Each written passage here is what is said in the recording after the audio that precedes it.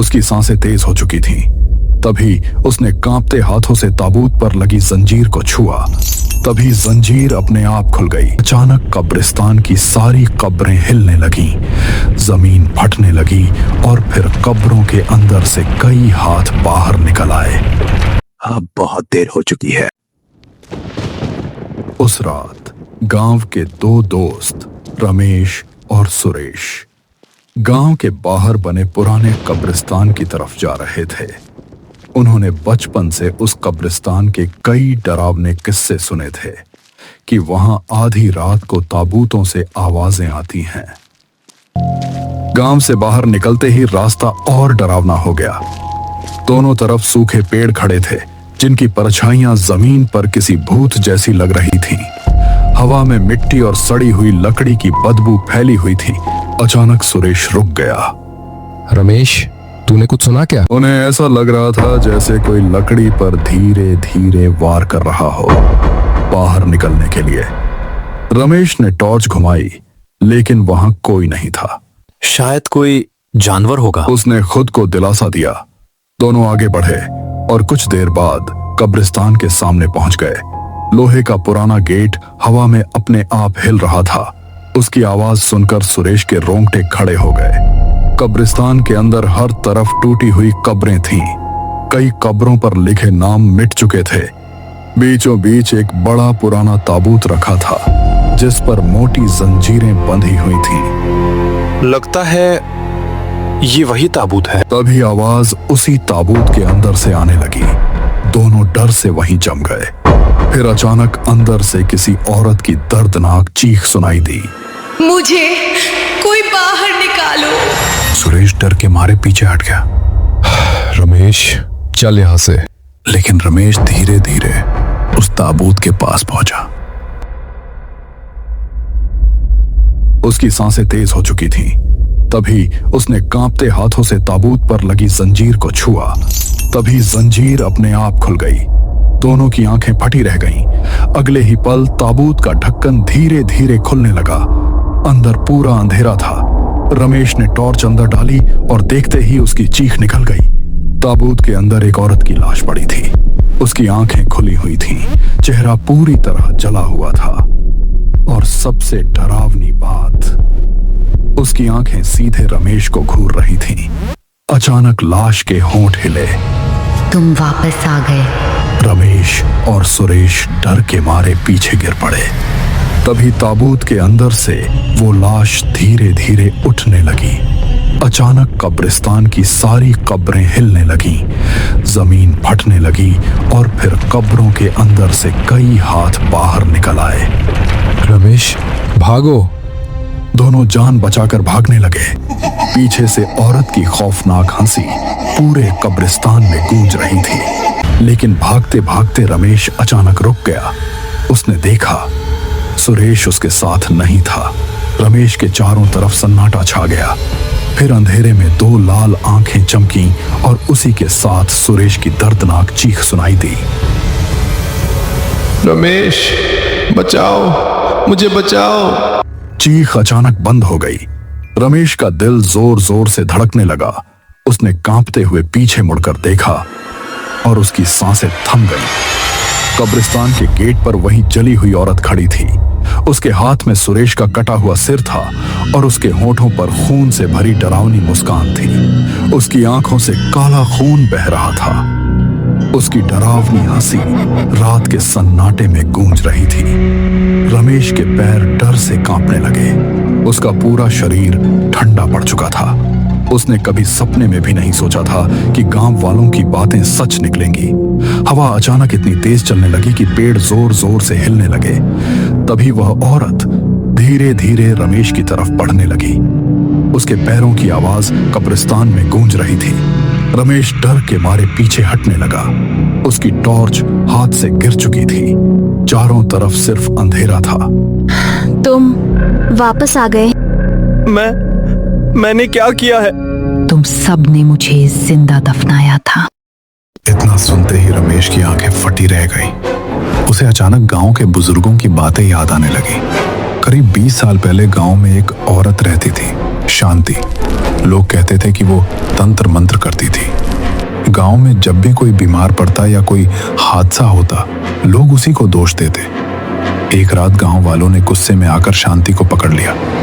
उस पर चुड़ैल होने का आरोप लगाया गया और फिर उसे उसी ताबूत में बंद करके जिंदा दफना दिया गया। लेकिन मरने से पहले शांति ने कहा था, जिस दिन ये ताबूत खुलेगा उस दिन गांव का अंत होगा। तो ये सच था? वो बड़बड़ाया। तभी अचानक शांति हवा में गायब हो गई।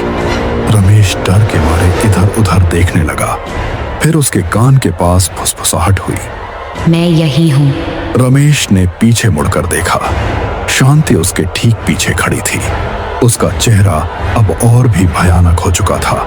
उसकी आंखों के अंदर सिर्फ अंधेरा था। अचानक उसने अपने लंबे नाखून रमेश की गर्दन में गड़ा दिए।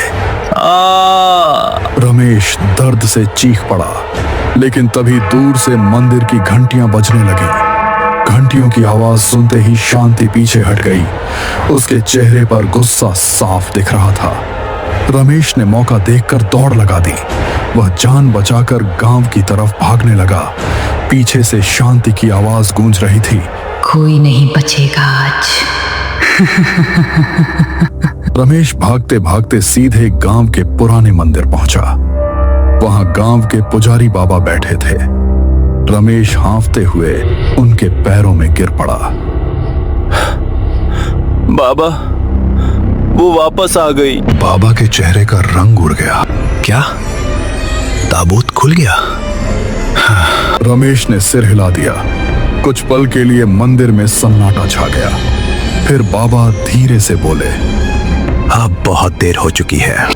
बाबा कुछ कीजिए, वो हम सबको मार डालेगी। बाबा उठे और मंदिर के पीछे वाले कमरे में गए। कुछ देर बाद वे एक पुरानी किताब लेकर आए। उस किताब के पन्ने काले पड़ चुके थे।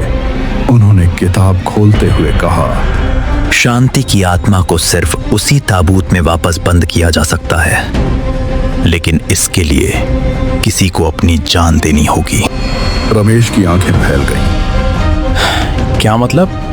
मतलब ये है कि जिसने ताबूत खोला है वही उसे बंद करेगा। रमेश के पैरों तले जमीन खिसक गई। तभी अचानक मंदिर के बाहर लोगों की चीखें सुनाई देने लगीं।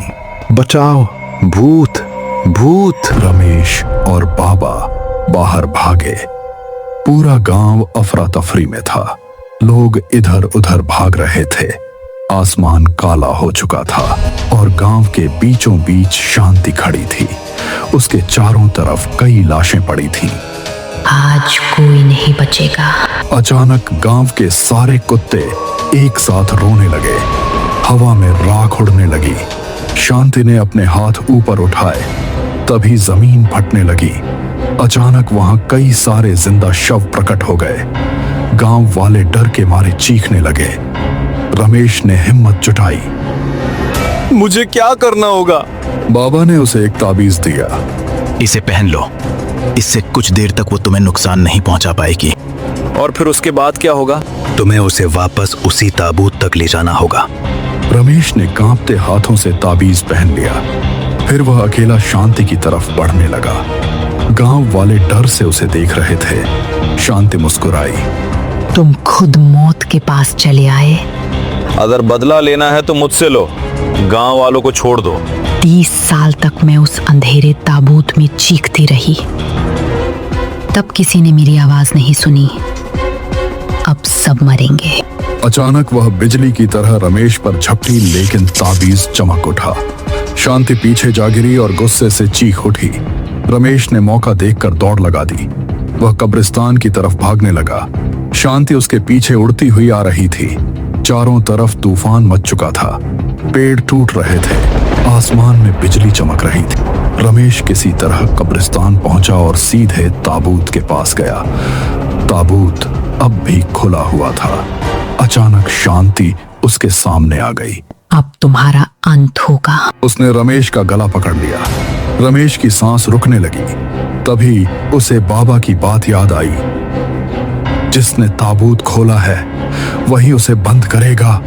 रमेश ने पूरी ताकत से शांति को धक्का दिया। वह सीधे ताबूत के अंदर जा गिरी। उसी पल रमेश ने ताबूत का ढक्कन बंद कर दिया। अंदर से जोर जोर से चीखें आने लगी। नहीं। ताबूत जोर जोर से हिलने लगा।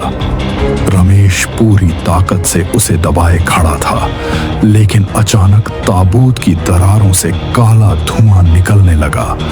शांति की आवाज गूंजी, तुम भी मेरे साथ मरोगे। तभी ताबूत के अंदर से एक हाथ बाहर निकला और रमेश का हाथ पकड़ लिया। रमेश दर्द से चीख पड़ा।